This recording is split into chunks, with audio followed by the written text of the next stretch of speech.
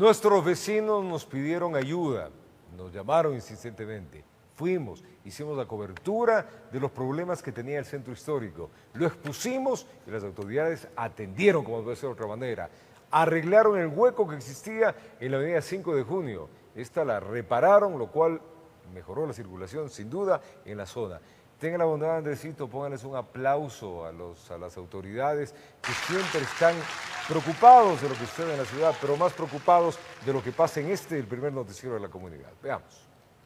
Un sinnúmero de accidentes se producían en la avenida 5 de Junio debido al daño de la calzada. En la mitad de la vía existía un hueco alrededor de una tapa de una alcantarilla. De acuerdo a la comunidad, el problema persistió varios meses, pese a sus solicitudes de reparación a las autoridades competentes. Cuando llueve, sale el agua por la tapa y por los costados, porque el alcantarillado es mal. Sí, y este sector se llena del olor de la putrefacción del agua.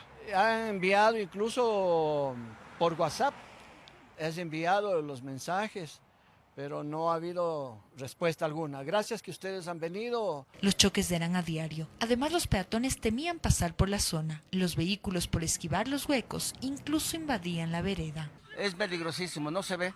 Tirarme a la derecha, nadie hace nada.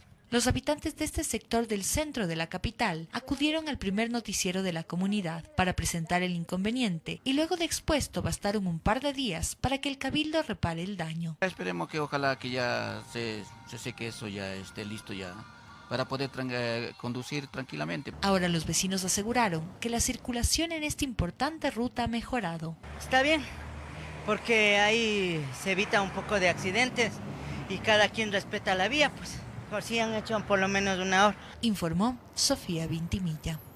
Enhorabuena, realmente.